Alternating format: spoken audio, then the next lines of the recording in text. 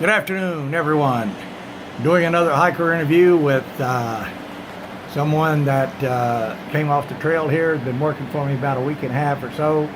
So go ahead and introduce yourself. I have no name. You have no name. So who do you work for? I work for no man. Probably hard finding a job then, ain't it? Yeah, it sure is. Okay, so you are Loose Strap. Yes, sir.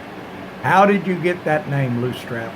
Well, when I left Springer Mountain, I had everything: microwave, kitchen sink, shower, everything. I weighed about 72 pounds when I left Springer Mountain. Went to pick up my pack and went to grab the other strap. And I spun around in a circle like a dog chasing his tail. So somebody pinned me with the name Loose Strap. Loose Strap, and it stuck. It stuck.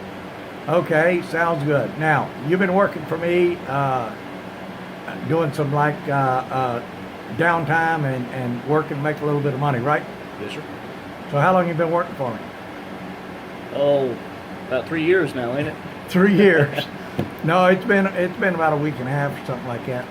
So you doing some downtime here, and you plan to go ahead and finish up at Mount Katahdin in Maine, do you not, this year? Yes, sir. I'm gonna try. Okay, so you're going to be there by Next week.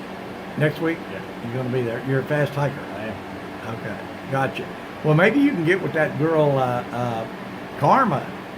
You know, she's got a Learjet parked down in Roanoke. Cool. Yeah.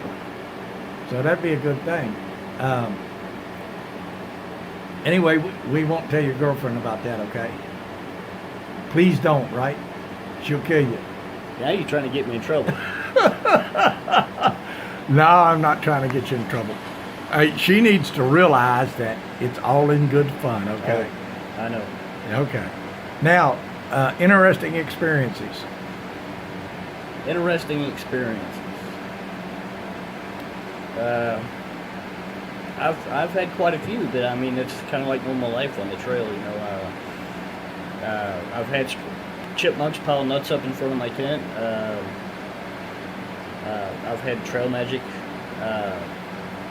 in the middle of nowhere where you wouldn't expect it, you know, especially when you're having a bad day, and you know that's a real morale boost. You know, it's really a blessing. I think that's how America should be. You know, the way people conduct themselves, most people conduct themselves on this trail, and the community that surrounds it. Well, we got a fan going here, so hopefully everybody can hear what's going on over this fan. So That's my fan club. what I'm going to do is cut this thing off.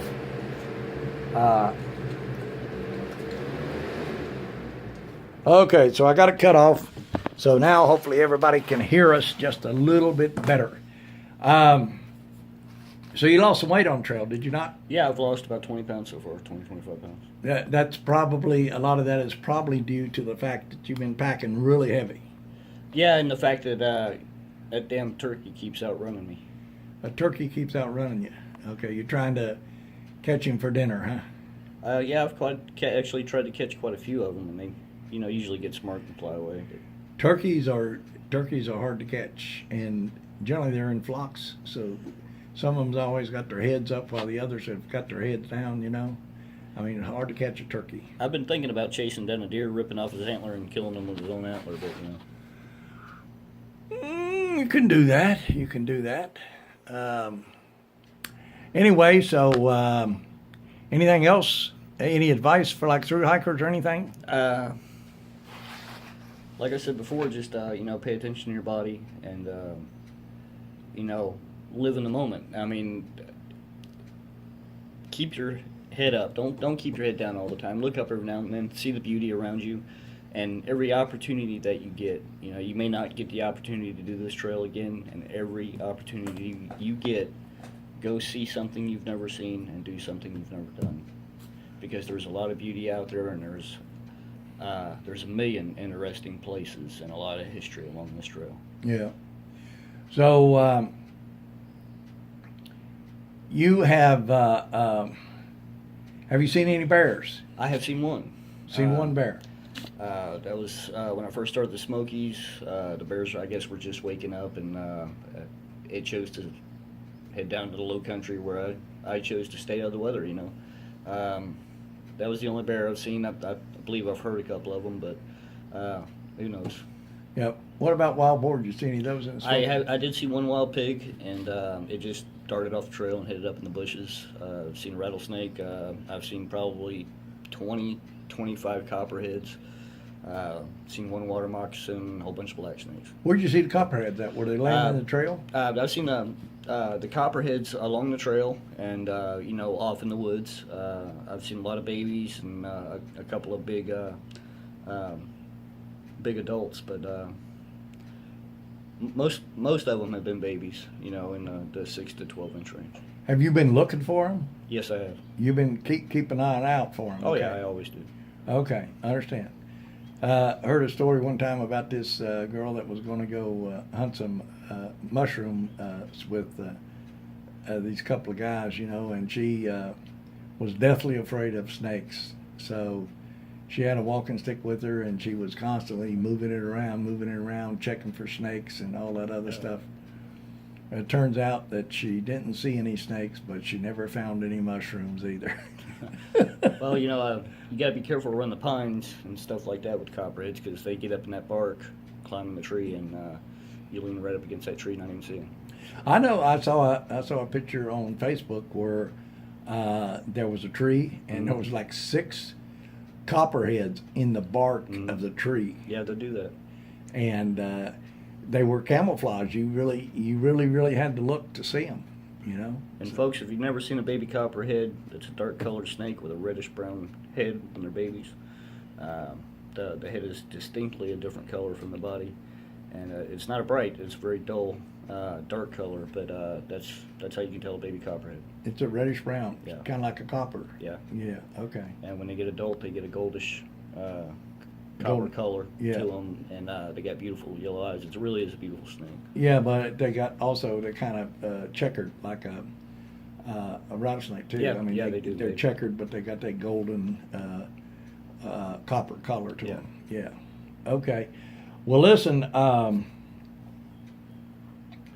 So we've been doing here work for pay and stay, and have you enjoyed it?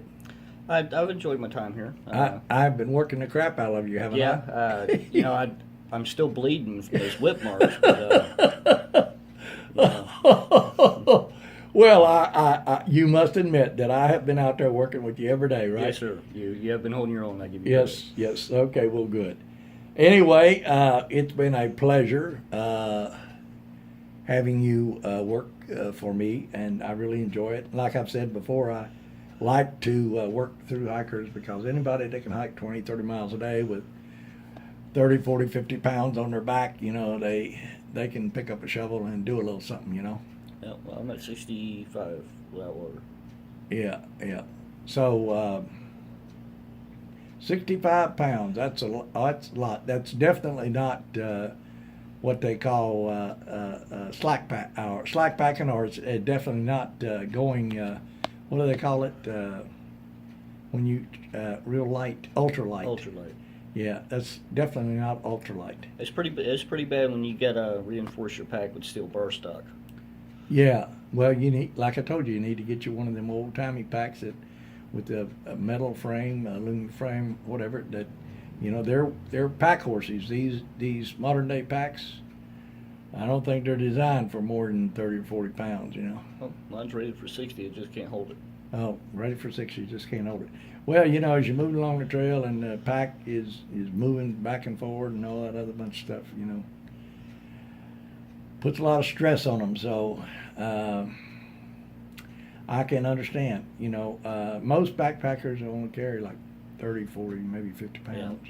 So 60, 70 pounds is a lot for one of these new modern day packs made out of plastic with no steel or aluminum heavy duty support in them.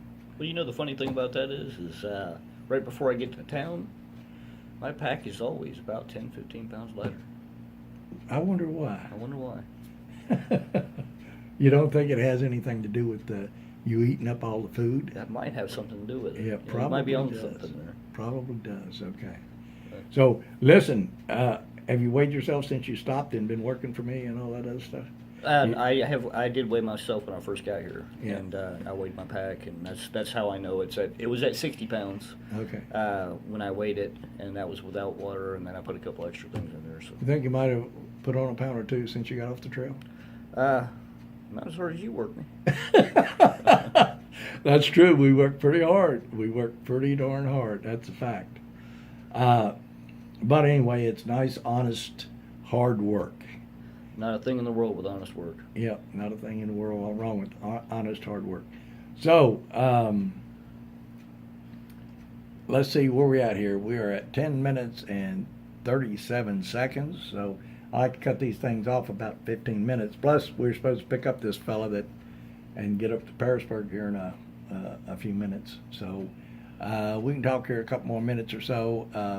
Anything else? You want to say hi to your girlfriend there? Hi, girlfriend. Hi, pond skipper.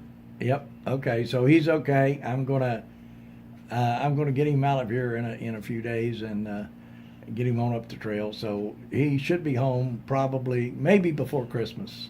I should be home probably the second Tuesday of the first week in February. Second Tuesday, the first week in February. Now that's quite a ways down the pike. You know that? I'm a long ways away. Oh, you're a long ways away. Yeah. So what you got to do? Hike up to Springer and then go back toward where you're from, Florida? Yeah, somewhere around that area. Well, I mean, I'm just thinking, it's I still have a long ways to go to Katahdin, so. Yeah, that's true. You do, and then you got to get back to Florida. Yep. There are people that through hike and they turn right around and hike the other direction, and then when they get to the other end, they turn right around and hike the other direction. Well, I mean, that usually depends on how that last phone call goes. That's true. That's true, but I mean, person can do that. Person can live on the trail, just hike and get to one end and turn around and go back toward the other end. I love it out here, honestly, do. Yeah, I love being out in the woods. This is as free as you can be in this country. This is the way America's supposed to be. Yeah, Honestly, I believe the Constitution and the Bill of Rights, and I truly believe that a lot of that is real life out here, and it's just not the way it is in town. I mean, you get to town. I'd like everybody. Here's a challenge for everybody: go in your neighborhood, in your subdivision, and set up a booth and provide trail magic for the people around there, and see what kind of reaction you get. That's true. A lot of you will probably get fines from the county or not having a permit. It's just not done. It's just not done. But out on the trail, people help each other, and you got all sorts of trail magic going on and so forth. So I mean, it's a good thing. Well, anyway, thank you very much for the interview, and we certainly appreciate all the hard work that you've done for us, and hopefully you'll get on down the trail here after I get finished with you. But I got a few more days work for you to do. And Peace, happy trails, nothing but love, guys. catch you later. You guys have a good one, and subscribe to my YouTube channel if you would. And when I post any more hiker videos, they'll show up and you can take a look at them. Thanks a lot, and you folks have a nice day. Yo ho.